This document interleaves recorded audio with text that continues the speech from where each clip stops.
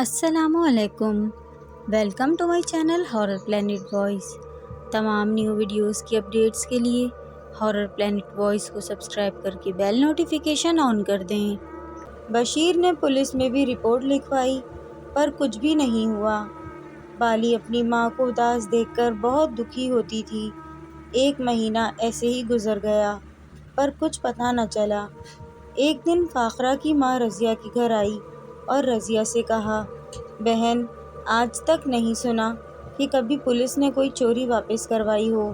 میری مانو تو کل جمعرات ہے، ہمارے گھر پیر صاحب آئیں گے جو بہت ہی پہنچی ہوئی ہستی ہیں اور وہ ایسے ہی کاموں کے ماہر بھی ہیں۔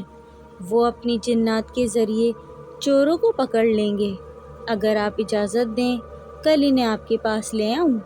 رضیہ نے کہا کہ میں بشیر سے پوچھ کر آپ کو بتاؤں گی۔ رات کو جب رضیہ نے بشیر سے پوچھا تو وہ مان گیا، کیونکہ پیر صاحب کی کرامات کے بارے میں اس نے بھی کافی کچھ سن رکھا تھا۔ اسی طرح جمعرات کو انہوں نے پیر صاحب کی دعوت رکھ دی۔ جمعرات کو پیر صاحب ان کے گھر آ گیا۔ اس کے لیے صحن میں چارپائی رکھی گئی تھی جس پر محلے والوں سے نئی چادریں منگوا کر بچھائی گئی تھیں۔ بشیر اپنی بیوی، ماں اور بیٹے کے ساتھ زمین پر اس کے سامنے بیٹھا ہوا تھا، جبکہ بالی اپنے کمرے کے دروازے کی اوٹ سے یہ منظر دیکھ رہی تھی۔ پیر صاحب تسبیح پھیرتا ہوا گھر کے چاروں طرف دیکھ رہا تھا۔ پھر اس نے پانی مانگا تو بشیر نے بالی کو آواز دی۔ بالی اپنا دوپٹہ درست کرتی ہوئی پانی کا گلاس لے آئی۔ پیر صاحب نے پھر اسے گھورتی ہوئی نظروں سے دیکھتے ہوئے گلاس لے لیا اور بالی گھبراتی ہوئی واپس اپنے کمرے میں چلی گئی۔ پیر صاحب آنکھیں بند کر کے کچھ پڑھنے لگا اور پھر بشیر کی طرف دیکھتے ہوئے بولا، چوری تو تمہیں ہر حال میں مل جائے گی، لیکن اس کے علاوہ آپ لوگوں کے لیے ایک اور خوشخبری ہے۔ کیسی خوشخبری مرشد سائیں؟ بشیر نے حیرانی سے دیکھتے ہوئے پوچھا۔ تمہارے گھر کے آس پاس ایک دیگچی دفن ہے جس میں بہت سارا سونا پڑا ہے۔ پیر صاحب کی بات سن کر بشیر اور رضیہ ایک دوسرے کی طرف خوشی اور حیرت سے دیکھنے لگے اور ساتھ ہی دادی کا چہرہ بھی کھل اٹھا۔ پھر حیرانگی کی کیفیت میں بشیر نے کہا، سائیں، ہم نے تو کوئی ایسی دیگچی یہاں نہیں دیکھی۔ میں وہ کچھ جانتا ہوں جو تم لوگ نہیں جانتے۔ یہ گھر اصل میں ایک امیر ہندو سونار کا تھا۔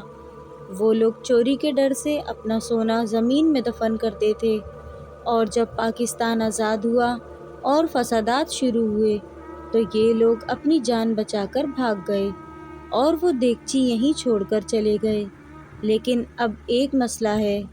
پیر صاحب نے بشیر کی طرف معنی خیز انداز میں دیکھا۔ کیا مسئلہ ہے مرشد سائیں؟ بشیر نے افسردہ لہجے میں پوچھا۔ مسئلہ یہ ہے کہ اب سمجھ نہیں آ رہا کہ وہ دیگچی کس طرف دفن ہے۔ اب تم سارے گھر کی کھدائی تو نہیں کر سکتے کیونکہ یہ گھر بہت بڑا ہے۔ آپ ٹھیک کہتے ہو مرشد سائیں، پھر تو اس مسئلے کا حل بھی آپ ہی بتائیں۔ میں بہت غریب آدمی ہوں، زندگی بھر آپ کو دعائیں دوں گا سائیں۔ بے شک دیگچی کا آدھا سونا آپ رکھ لینا، بشیر نے ہاتھ جوڑتے ہوئے کہا۔ نہ بابا نہ، یہ صدقہ تو ہم لوگوں پر حرام ہے، یہ دیگچی تم لوگوں کو ہی مبارک ہو، پیر صاحب نے معنی خیز انداز میں کہا۔ لیکن ہم تمہارے لیے ضرور کچھ کریں گے، اور اس کے لیے مجھے بس 3 راتیں تمہارے گھر میں چلہ کاٹنا پڑے گا۔ اور ہاں، یہ بات راضی رکھنا، کیونکہ اگر یہ خبر باہر پھیلی تو یہ سونا حکومت یا پولیس والے بھی لے سکتے ہیں، تو پھر آپ لوگوں کے ہاتھ کچھ نہیں لگے گا۔ پیر صاحب انہیں سمجھاتے ہوئے بولا تو بشیر اور رضیہ نے اپنے کانوں کو ہاتھ لگاتے ہوئے کہا کہ نہیں سائیں، یہ بات اس گھر سے باہر نہیں جائے گی۔ تو پھر ٹھیک ہے، مجھے اس کے لیے ایک پاک دامن لڑکی بھی چاہیے جو میرے چلے کے دوران سفید چادر میں بیٹھ کر قرآن پڑھے گی۔ پیر صاحب کی بات سن کر وہ دونوں چپ ہو گئے اور ایک دوسرے کو تکنے لگے۔ لیکن یہ پاک دامن لڑکی ہم کہاں سے لائیں گے؟ بشیر نے سوچتے ہوئے کہا۔ ارے وہ اپنی بالی ہے نا، رضیہ نے سوچتے ہوئے کہا۔ کہیں آپ اس لڑکی کی بات تو نہیں کر رہے؟ جو ابھی میرے لیے پانی لائی تھی؟ پیر صاحب نے سوالیہ نظروں سے دیکھتے ہوئے پوچھا تو دونوں نے اس بات میں سر ہلائے۔ ماشاء اللہ، بہت برکت والی بیٹی ہے آپ لوگوں کی، آپ اس کی وجہ سے کہاں تک پہنچ گئے۔ یہ سن کر رضیہ اور بشیر جذباتی ہو کر دادی کی طرف دیکھنے لگے اور دادی پیار سے دونوں کے سر پر ہاتھ پھیرنے لگی۔ اچھا تو میں چلتا ہوں، جب آپ بولیں گے میں آ جاؤں گا۔ پیر صاحب اٹھنے لگے تو بشیر نے کہا، سائیں، نیک کام جتنا جلدی ہو تو بہتر ہے۔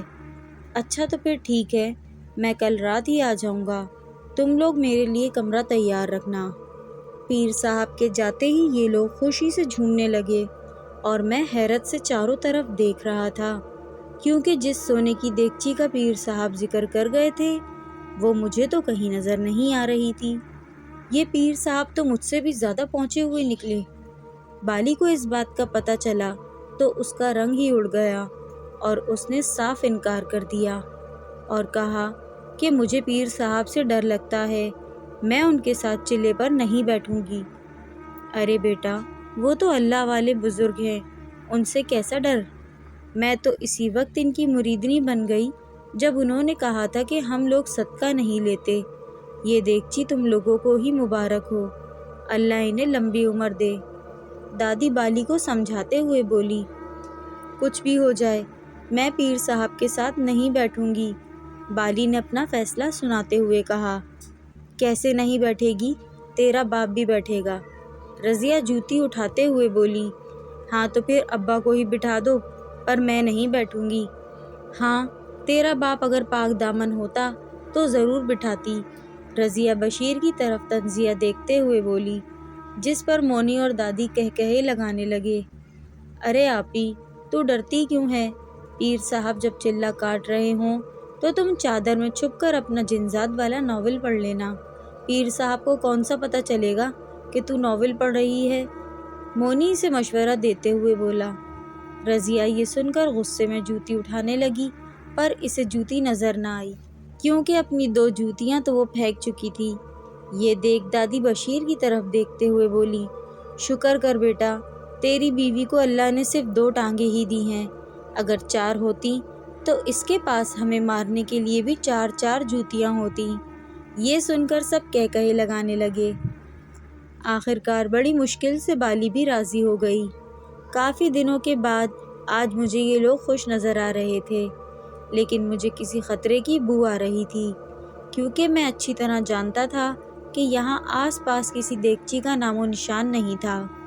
پھر یہ پیر صاحب جھوٹ کیوں بول رہا ہے؟ آخر وہ گھڑی بھی آ گئی جس کا مجھے انتظار تھا۔ پیر صاحب ان کے گھر آ گیا، رات کا کھانا بھی ان کے گھر کھایا۔ بالی کو سفید چادر میں اس کے سامنے لایا گیا۔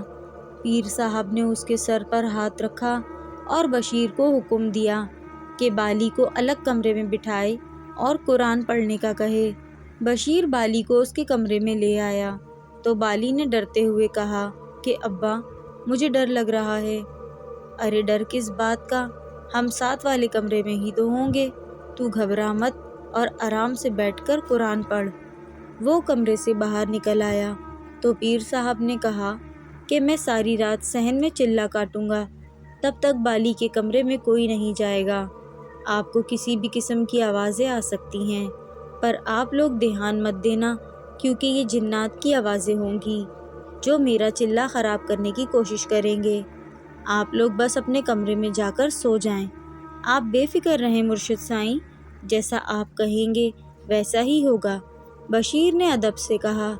پھر پیر صاحب نے چپکے سے اپنی جیب سے کوئی سفوف نکالا اور پانی کے جگ میں ڈال کر بشیر سے کہا کہ یہ دم کیا ہوا پانی ہے، تم بھی پیو اور بالی کے علاوہ سب کو پلاؤ، اور یاد رکھنا اب بالی کے کمرے میں کوئی نہیں جائے گا۔